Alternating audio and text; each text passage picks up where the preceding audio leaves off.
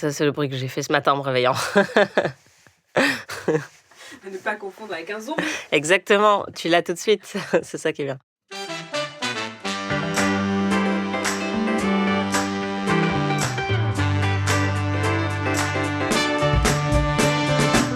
Anaïs se fait des films. Se fait quoi? Anaïs se fait des films. Qui se fait des films? Anaïs se fait des films.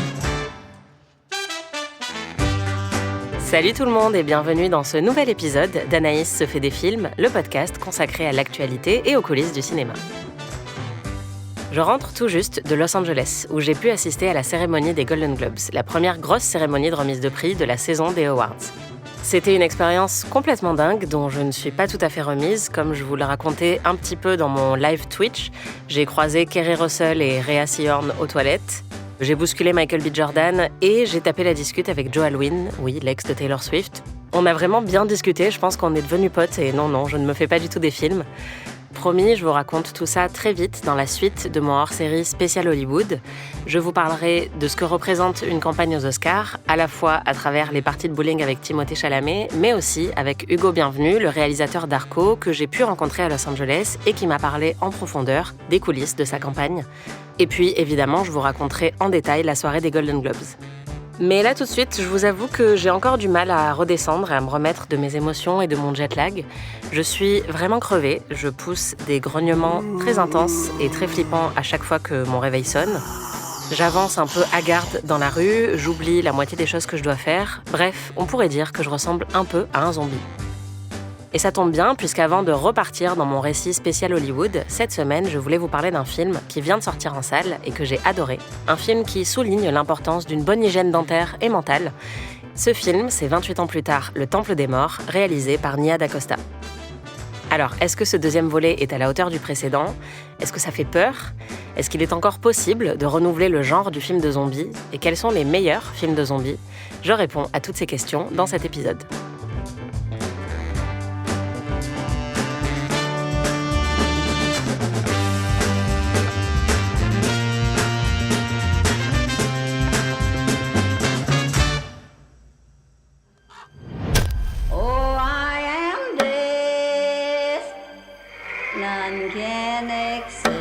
Many of the things we take for granted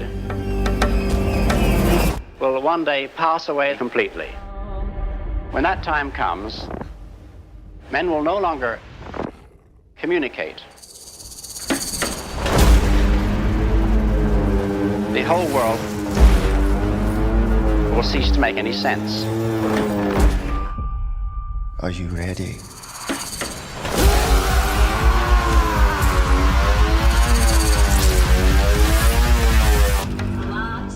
Ça fait 8 mois qu'on a lancé ce podcast et je crois qu'on n'a jamais réussi à faire 2 épisodes qui se ressemblent. Et cette semaine, encore une fois, je vais tenter un nouveau truc. Je vais faire un focus toute seule sur un seul film. Un film que j'ai adoré et qui vient de sortir en salle. 28 ans plus tard, Le Temple des Morts, réalisé par Nia DaCosta. Alors, pour ceux du fond, accrochez-vous bien. Ce film, c'est le 4e volet de la franchise 28 jours plus tard, lancé par Danny Boyle et Alex Garland au début des années 2000, en 2002. Il y a d'abord eu le film 28 jours plus tard, suivi du film 28 semaines plus tard, puis une très longue pause avant d'arriver au film 28 ans plus tard, qui servait à la fois de conclusion à la première trilogie et de lancement à une nouvelle trilogie. Et donc, 28 ans plus tard, Le Temple des Morts, c'est le 2e volet de cette 2e trilogie et ça se déroule juste après les événements du film précédent. Même si j'adore les films d'horreur et j'aime plutôt le sous-genre des films de zombies, j'ai jamais été une énorme fan de la saga à ses débuts. Pourtant, j'ai été subjuguée par 28 ans plus tard. Je m'étais dit que Danny Boyle trouvait une nouvelle manière de raconter une apocalypse zombie. Comme ça se déroule 28 ans après l'arrivée du virus, forcément, le monde s'est un petit peu reconstruit. Les zombies sont toujours là, mais il y a aussi une espèce de calme qui s'est installé. Et donc, j'avais trouvé que c'était un film surprenamment lumineux et poétique. Et j'avais notamment été très touchée par un personnage secondaire, le personnage du Dr. Kelson, joué par Ralph Fiennes, qui est un médecin, mais qui est aussi une sorte de fou sage qui apprend au jeune héros, Spike, à accepter l'inévitabilité de la mort. Ce précédent film, 28 ans plus tard, c'était un récit initiatique avec à son cœur Spike, donc un ado, qui vit sur une île préservée de l'apocalypse zombie, mais qui va découvrir un petit peu l'étendue de ce qui se passe en dehors de son village, qui va grandir un peu malgré lui et qui va essayer notamment d'aider sa mère qui a des problèmes de santé en l'amenant rencontrer le docteur Kelson pour essayer de poser un diagnostic sur ce qui ne va pas chez elle. Et donc même si c'est un film qui contient du gore et de la violence, j'avais été vraiment touchée par la profondeur émotionnelle de ce film. Je l'ai vu plusieurs fois et j'ai fini en larmes à chaque fois parce que c'est un film et des personnages qui arrivent à trouver de la beauté dans la mort. What's that? I've been waiting almost 13 years for someone to ask that question. I often thought I would die here, alone of age or starvation or violence, never having had the chance to reply. Do you know the words memento mori? Non. It's Latin. Ironically, it's a dead language. It means remember death. Remember you must die. Et c'est ça qui m'avait émue, c'est que le personnage du Dr Kelson fait pour le héros, pour Spike, ce que les films d'horreur font pour moi et pour nous en tant que spectateurs. C'est-à-dire nous confronter à la mort et nous faire accepter à la fois son caractère inéluctable et aussi la beauté à la fois existentielle, philosophique et émotionnelle qu'elle peut nous procurer tout en étant terrifiante. 28 ans plus tard, Le Temple des Morts, c'est un titre typique d'un deuxième volet de franchise. Ça donne tout de suite l'impression qu'on va assister à un blockbuster d'horreur, peut-être un petit peu gros sabot. D'ailleurs, quand j'étais à Los Angeles, il y avait des panneaux partout, des billboards sur l'autoroute. Et à un moment, j'étais avec une conductrice Uber qui a vu le panneau et qui a dit « Oh là là, j'adore les films d'horreur, mais franchement, j'en peux plus. 28 ans plus tard, Le Temple des Morts, c'est bon, ils savent plus quoi faire de nouveau. » Et c'est moi qui lui ai dit « Non, je vous assure, allez le voir, c'est vraiment bien et c'est vraiment étonnant. » Donc, ne vous fiez pas au titre. Je pense que le film a beaucoup plus de profondeur que ce qu'on pourrait imaginer. Ce film, en fait, il est focalisé sur 2 personnages secondaires du premier volet. Le Dr Kelson, joué par Ralph Fiennes, et Jimmy Crystal, joué par Jack O'Connell.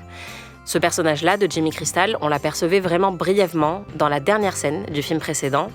C'était un personnage très intriguant et on sentait qu'il y avait beaucoup de violence autour de ce personnage, mais en même temps, il était plutôt comique puisque il était en survêtement coloré avec une troupe de jeunes un peu surexcités, visiblement très enthousiasmés par la violence. Ça rappelait un petit peu Orange Mécanique aussi dans le délire.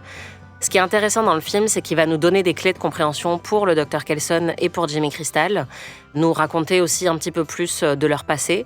Je ne sais pas si vous vous en souvenez, mais dans le volet précédent, 28 ans plus tard, la première séquence, c'était une séquence qui se déroulait au tout début de l'arrivée du virus, avec un personnage qui s'appelait Jimmy. Et ensuite, pendant tout le film, on suit le père du héros qui s'appelle Jamie. Et donc, on imaginait que c'était lui qu'on avait vu au tout début, alors qu'il était enfant et qu'il assistait à une invasion zombie. Finalement, à la fin du film, on découvre que ce n'était pas le père du héros, mais que c'était ce fameux personnage Jimmy Crystal, donc joué par Jack O'Connell. Et là, le film démarre de la même manière, le deuxième film. On a encore un très bref flashback qui nous renvoie au début de l'invasion pour ce personnage, Jimmy. Et ce que le film va essayer de faire, c'est d'approfondir ce personnage et de nous permettre de comprendre comment il en est arrivé là où il est au moment où on le rencontre. Ce qu'il faut savoir aussi, c'est que le personnage de Jimmy Crystal fait référence à un vrai personnage de la culture britannique, qui est donc beaucoup moins connu en France et à l'étranger. Cet homme, c'est Jimmy Savile, qui était un présentateur télé très célèbre qui travaillait pour la BBC, qui a présenté Top of the Pops et qui était notamment connu pour travailler avec des enfants. Il est mort en 2011 et après sa mort, il a été accusé d'agression sexuelle et de pédocriminalité à une échelle assez catastrophique. Il y a eu des centaines d'accusations contre lui et donc aujourd'hui, il est considéré comme un des plus gros prédateurs sexuels et pédocriminels britanniques. Et il avait des cheveux blonds un peu décolorés et des survêtements colorés, exactement comme les tenues de Jimmy Crystal dans le film et de ses acolytes. Donc la référence à ce personnage très très sombre est évidente. Ce qui est intéressant, c'est que Jimmy Crystal, le personnage du film, ne sait pas que Jimmy Savile, qui l'a sans doute inspiré pour son style, était un pédocriminel, puisque comme le monde est censé s'être arrêté de tourner normalement en 2002, les crimes de Jimmy Savile dans ce monde-là n'ont jamais été révélés. Donc lui, ça a sans doute été une figure importante de son enfance, mais il ne sait pas à quel point ce personnage renferme quelque chose de très très sombre. Il y a aussi les Teletubbies qui sont une référence assez fréquente dans ces deux films et qui ont aussi des tenues assez colorées. Donc honnêtement, ça peut être un numéro d'équilibriste assez compliqué pour un film d'essayer d'humaniser un personnage très très brutal et sadique, ce qui est le cas du personnage de Jimmy Crystal, mais grâce à la performance de Jack O'Connell, qui est un excellent acteur, et grâce à l'écriture, le personnage arrive quand même à avoir de la nuance. On n'a pas forcément de la sympathie pour lui, et encore heureux, mais on arrive à avoir un peu d'empathie, ou en tout cas de compréhension de qui il est. Et Jack O'Connell arrive très bien à rester sur cette ligne de crête entre une cruauté absolue et aussi quelque chose de beaucoup plus vulnérable et d'enfantin dans ses interactions avec certains personnages. Pour moi, c'est ce qui permet de traverser les scènes de violence, en sachant que le personnage n'est pas unidimensionnel et que le film va réussir à nous apporter quand même autre chose avec lui. Il vaut mieux le savoir, c'est un volet qui est quand même plus sombre que le précédent. Il y a notamment des scènes de torture et de cruauté que j'ai trouvées à la limite du soutenable. Pourtant, vous savez que j'aime beaucoup les films d'horreur et que j'aime beaucoup le gore, mais ces scènes-là m'ont vraiment paru très dérangeantes, pas parce qu'elles sont particulièrement graphiques, même si elles le sont, mais aussi parce qu'elles semblent très réelles. Elles vont pas forcément aller vers le grotesque, un peu lisse et détaché de la réalité qu'on peut trouver dans beaucoup de scènes de gore et notamment dans des films et des séries de zombies. Là, il y avait quelque chose de très viscéral qui a rendu le visionnage assez difficile pour moi. Heureusement, ça ne dure pas trop longtemps dans le film, mais je préfère quand même prévenir, même pour une amatrice d'horreur comme moi, j'ai trouvé que ces scènes-là étaient assez difficiles à digérer.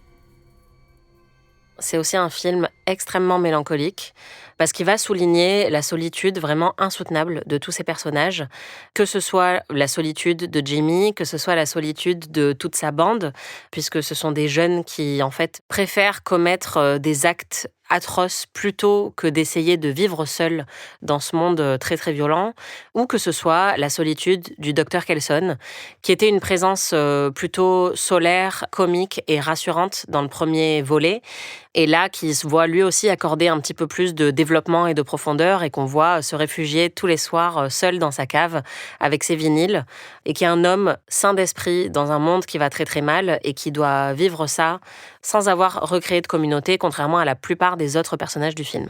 Et c'est ça que j'ai trouvé vraiment très très beau. Évidemment, c'est pas la seule œuvre de zombie à être empreinte de mélancolie et à parler aussi du poids moral et existentiel que peut avoir une apocalypse zombie. Généralement, on le voit plus dans des séries qui ont le temps de développer ça. Ça a été le cas dans The Last of Us ou dans The Walking Dead. And that's the trick of it, I think. We do what we need to do, and then we get to live. I know we'll be okay. Because this is how we survive. We tell ourselves that we are the Walking Dead.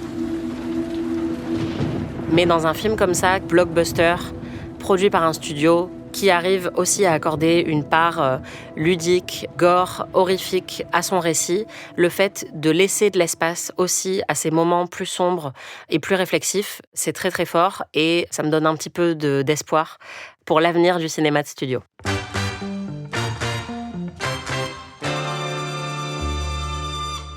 Ce qui est intéressant, c'est que les deux films ont été tournés directement l'un après l'autre, mais ils n'ont pas le même directeur de la photographie, et la photographie est encore sublime. La première avait été très remarquée, notamment pour l'utilisation d'iPhone et de mécanismes assez élaborés, avec des dizaines d'iPhones qui capturaient la même séquence simultanément. Là, 28 ans plus tard, Le Temple des Morts n'a pas le même réalisateur, puisqu'il s'agit de Nia DaCosta, et il n'a pas le même directeur de la photo. Cette fois-ci, c'est Sean Bobbitt, qui est un directeur de la photographie avec une filmographie assez impressionnante, puisque c'est le directeur photo de Steve McQueen. C'est donc lui qui a fait Hunger, Shame, 12 Years a Slave ou encore Widows. Il a aussi filmé The Place Beyond the Pines de Derek Cianfrance, que j'adore, ou encore Judas and the Black Messiah, qui était sorti il y a quelques années, et pour lequel il avait été nommé à l'Oscar de la meilleure photographie. Encore une fois, comme le volet précédent, c'est un film qui contient des plans vraiment époustouflants. Je vous encourage à le voir sur grand écran pour en profiter au maximum. Mais ce dont j'aimerais surtout parler, c'est la musique du film. Là aussi, ce deuxième volet se démarque du précédent puisque 28 ans plus tard avait une bande originale incroyablement percutante et versatile avec des morceaux originaux qui avaient été composés par Young Fathers. Pour moi, c'était peut-être la meilleure bande-son de l'année dernière. Alors que dans Le Temple des Morts, il y a aussi des moments musicaux qui sont très très forts, mais cette fois-ci, ils reposent sur des morceaux cultes préexistants et des morceaux vintage, évidemment, puisque le monde a été envahi par des zombies en 2002. On va notamment retrouver des morceaux de Radiohead ou de Duran Duran. On a une séquence assez tendre et comique et mélancolique avec Ordinary World. Mais aussi et surtout, et là, si vous voulez vraiment pas être spoilé sur le film, je vous conseille de vous arrêter dès maintenant et de revenir après être allé le voir. La scène du film, celle qui a même été récupérée sur les posters que j'ai croisés partout à Los Angeles, la scène dont on se souviendra, je pense, quand on reparlera de ce film dans quelques années, c'est la scène qui reprend The Number of the Beast de Iron Maiden.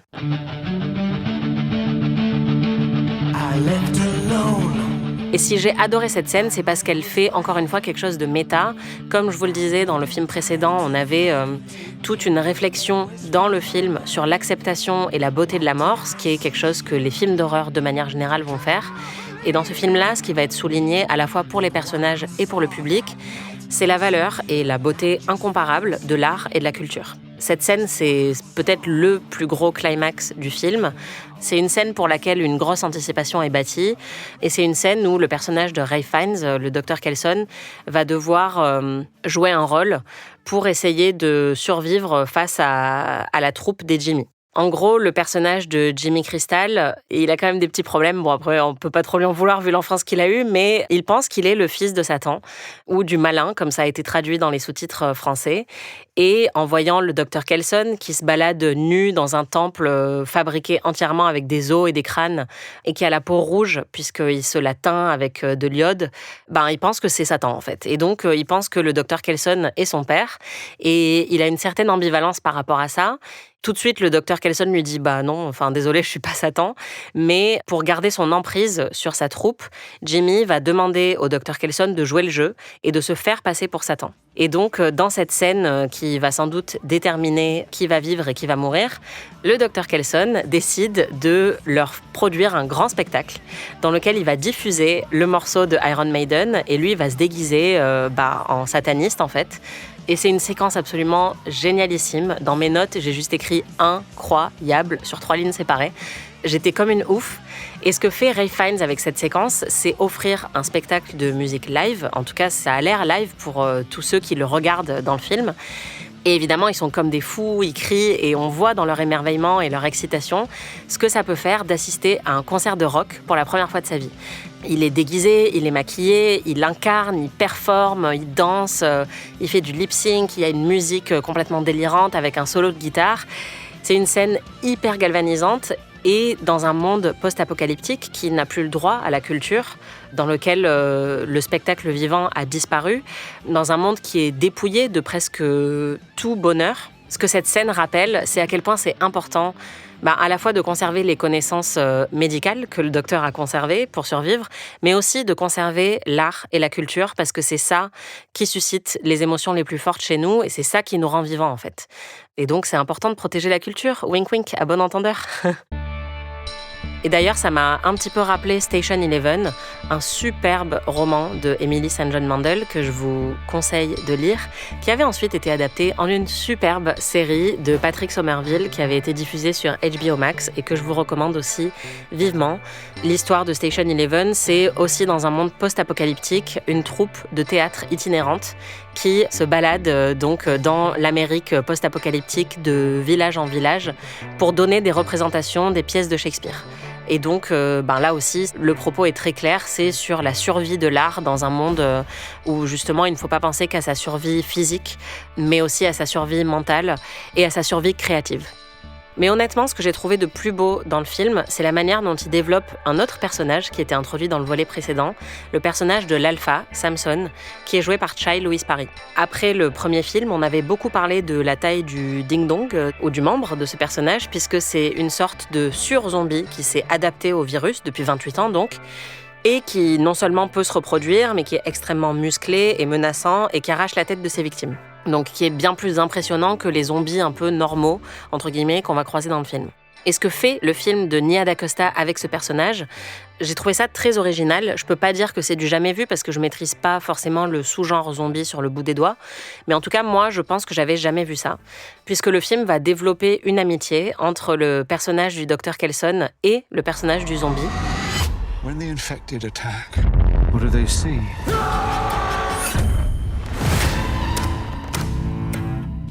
I've been developing an idea.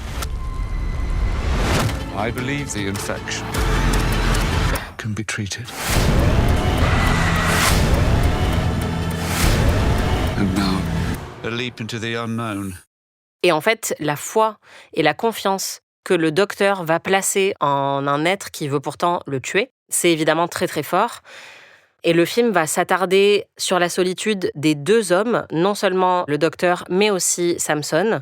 L'idée aussi que le virus pourrait être endigué avec un traitement pas seulement médicamenteux, mais psychiatrique.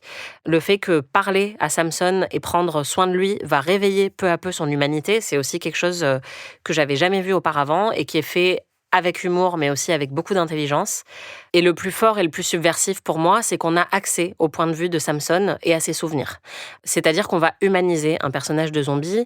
Or, les zombies, c'est littéralement ceux qui ont plus de cerveau, qui mangent les cerveaux des autres. Et quand on parle de quelqu'un comme d'un zombie, généralement, c'est pour le dénigrer, pour dire que il est incapable de penser par lui-même. Et là, au contraire, le film lui insuffle de l'humanité. Le fait que ce soit fait en plus avec un personnage racisé, c'est-à-dire qu'on redonne de la considération et de la tendresse et du soin à quelqu'un qui appartient à une population historiquement fétichisée, maltraitée et mal diagnostiquée par les systèmes de soins à cause de sa couleur de peau, c'est sans doute pas anodin du tout. Et d'ailleurs, le fait que le film soit réalisé par Nia DaCosta non plus, je pense que c'est pas anodin, puisque pour rappel, c'est une réalisatrice qui a écrit et réalisé Candyman, un remake d'un film d'horreur qui jouait aussi comme une allégorie sur le traumatisme de la population afro-américaine. En ce moment, elle est en campagne aussi pour le film Eda avec Tessa Thompson.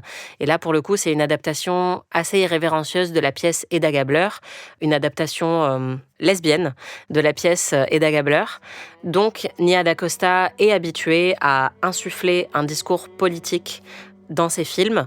Et là, le fait d'humaniser ce personnage qui, en plus, a été fétichisé dans le premier, même par la presse, puisque c'était un personnage qui était réduit à son physique impressionnant et à sa force et à sa violence dans le premier film. Et là, ce deuxième film prend le contre-pied de ça et va plutôt lui apporter de la douceur et de l'humanité, puisqu'on le voit dans des flashbacks en tant qu'humain. Et on comprend, ou en tout cas, le film semble donner une indication sur le fait que le virus rend les infectés violents aussi parce qu'il modifie leur manière de voir les autres. C'est-à-dire que quand ils voient leurs victimes, ils ne les voient pas comme des proies innocentes, ils les voient comme des gens qui vont les attaquer. Et donc c'est pour ça qu'ils les agressent. En tout cas, moi, c'est ce que j'ai cru comprendre avec la scène où on est du point de vue de Samson. Donc j'ai trouvé ça honnêtement très fort et très subversif. Et encore une fois, dans un gros blockbuster d'horreur, réussir à insuffler ces thèmes-là, pour moi, c'est ce qu'arrivent à faire les plus grands films d'horreur, en fait. Utiliser du grand divertissement et du gore et quelque chose d'assez fun pour aussi parler de politique derrière et parler de notre monde à nous et de notre société à nous. D'ailleurs, il y a une réplique qui est particulièrement savoureuse dans le film. C'est un des moments où le docteur Kelson anesthésie Samson pour se protéger, puisque quand même, il le pique à la morphine tout le temps pour éviter de se faire attaquer. Mais à un moment, Samson est blessé et le docteur Kelson va le soigner, alors qu'il pourrait aussi totalement le laisser crever. Et lui dit « Tu me dois beaucoup d'argent ». Et ensuite, il lui dit « Non, je rigole, je suis de la NHS, c'est gratuit ». Et donc là, il fait un petit clin d'œil au système de santé britannique, qui a souvent été dans l'actu ces dernières années, et notamment depuis le Brexit. Et là aussi, c'est une réplique assez savoureuse. Et bon, moi, je l'ai vue en projection de presse en France, mais je suis sûre que c'est le genre de réplique qui va être applaudie dans les cinémas à l'étranger et notamment au Royaume-Uni. Bon là, archi spoiler, mais l'autre réplique qui pour moi dit beaucoup de ce que le film veut nous raconter, c'est la dernière réplique du film. Et c'est une réplique qui est prononcée par Cillian Murphy, qui était le héros du premier film 28 jours plus tard. Et donc là, il est de retour. Je vous avoue que j'étais très contente de le voir. Bon, déjà, je suis toujours contente de voir Cillian Murphy, mais là, le fait de refaire appel à lui dans cette deuxième trilogie, je trouve ça génial. Et lui, on découvre qu'il a une fille et qui... Un peu comme Spike et son père dans le volet précédent, il a réussi à recréer un semblant de normalité dans sa vie de famille. Et en fait, le film se termine alors que les survivants qu'on a suivis pendant tout le film se dirigent en courant vers la ferme de Cillian Murphy. Ils sont en train d'être attaqués. Donc la fille de Cillian Murphy lui dit « Papa, est-ce qu'on les aide ?» Et il répond « Bien sûr qu'on les aide ». Et évidemment, c'est très fort de conclure le film avec ça. Je ne sais pas ce qui se passera dans le prochain volet, mais ce que ça nous dit, c'est quand même qu'au pire de ces moments, l'humanité doit persister et qu'il faut quand même se tourner vers l'autre plutôt que s'isoler. C'est ce que fait le Dr Kelson avec Samson. Et c'est un message plutôt positif pour un film sur les zombies, alors que le genre du film de zombies est quand même généralement plutôt nihiliste, avec l'idée que c'est chacun pour sa gueule et que dans un monde post-apocalyptique, on ne peut survivre que seul et on ne peut jamais faire confiance aux autres. Là, c'est un film qui parle de la foi et de la confiance qu'on peut accorder même à ceux qui sont venus pour nous menacer. Et vous pouvez me traiter de naïve et de bisounours, mais je trouve ça très beau.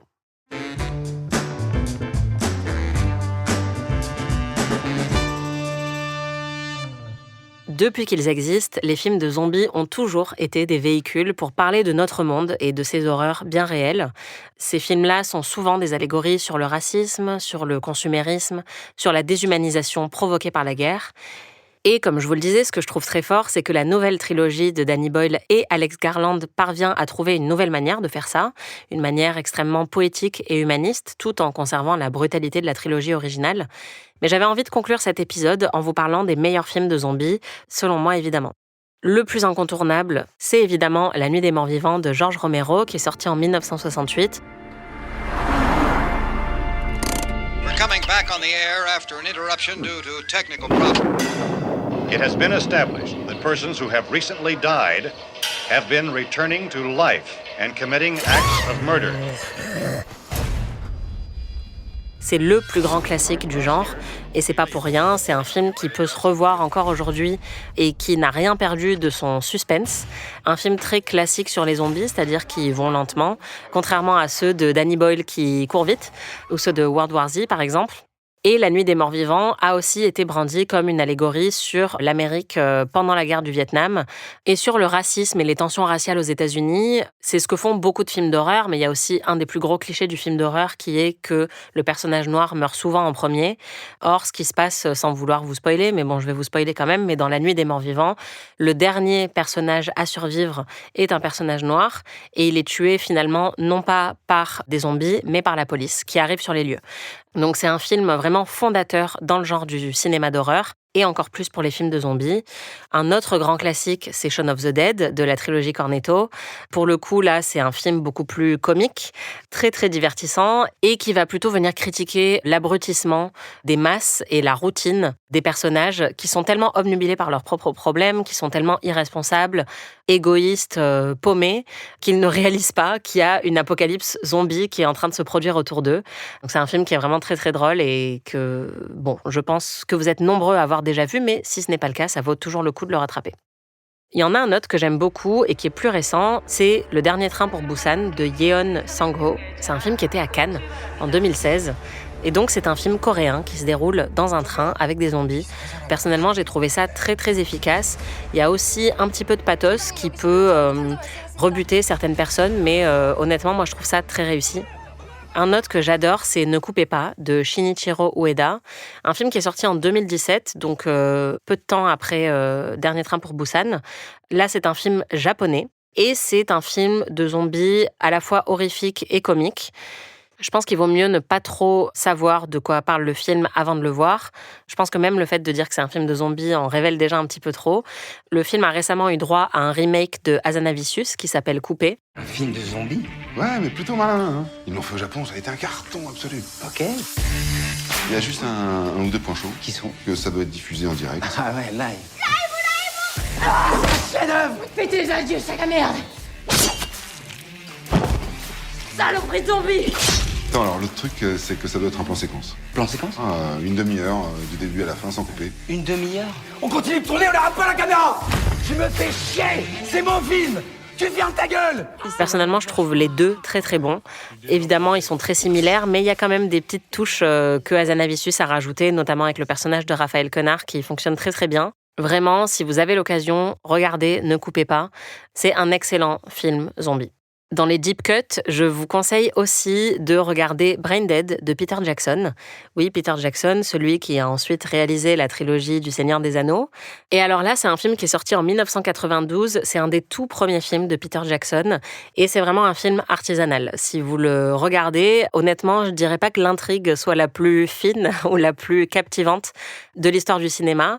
Par contre, en termes d'effets spéciaux et d'effets visuels, ce qu'il a réussi à faire avec les moyens du bord, c'est vraiment très, très, très impressionnant. C'est un film extrêmement créatif qui annonce déjà un grand cinéaste, même si, vous le verrez, ça ressemble plutôt à un film Z.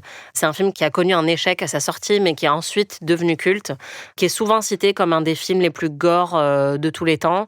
Mais comme c'est du gore très artisanal, je dirais que c'est avant tout amusant. C'est un film d'horreur comique. Ça se passe en Nouvelle-Zélande et c'est donc une invasion zombie qui est créée par des rats extraterrestres, je crois. C'est assez ridicule, mais assez savoureux. Je vous recommande aussi, évidemment, 28 ans plus tard, le volet précédent de la trilogie de Danny Boyle.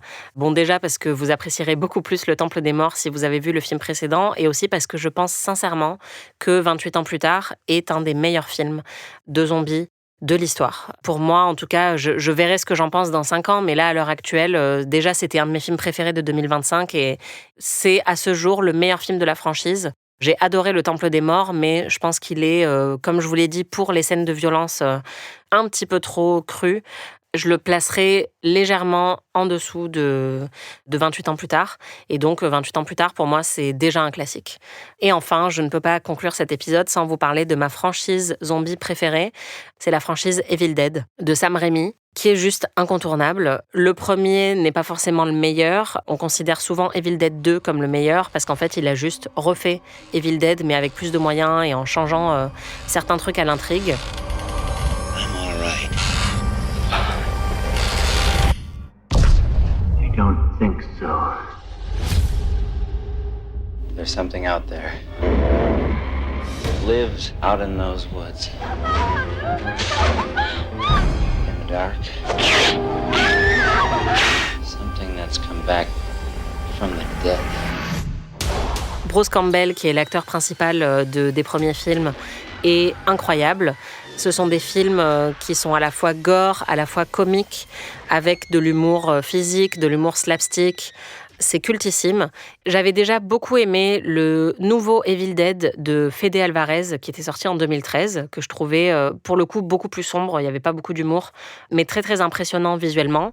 Et j'ai adoré le dernier en date de la franchise, Evil Dead Rise, qui est sorti en 2023, qui a des scènes de gore fabuleuses, vraiment assez atroces, notamment une avec un verre et une autre avec une râpe. Donc beaucoup d'objets domestiques qui sont utilisés à la perfection. Le film est dégueulasse de la meilleure manière possible. Et pour moi, pareil, il s'est inscrit assez rapidement dans la liste des films d'horreur que j'ai préféré regarder. Et c'est déjà, selon moi, un film d'horreur culte, même s'il est sorti en 2023. Voilà, je pense que ça vous fait déjà une bonne liste de recommandations. J'ai très envie de savoir ce que vous avez pensé de ces films-là et aussi de 28 ans plus tard, Le Temple des Morts. Alors si c'est le cas, n'hésitez pas à m'écrire.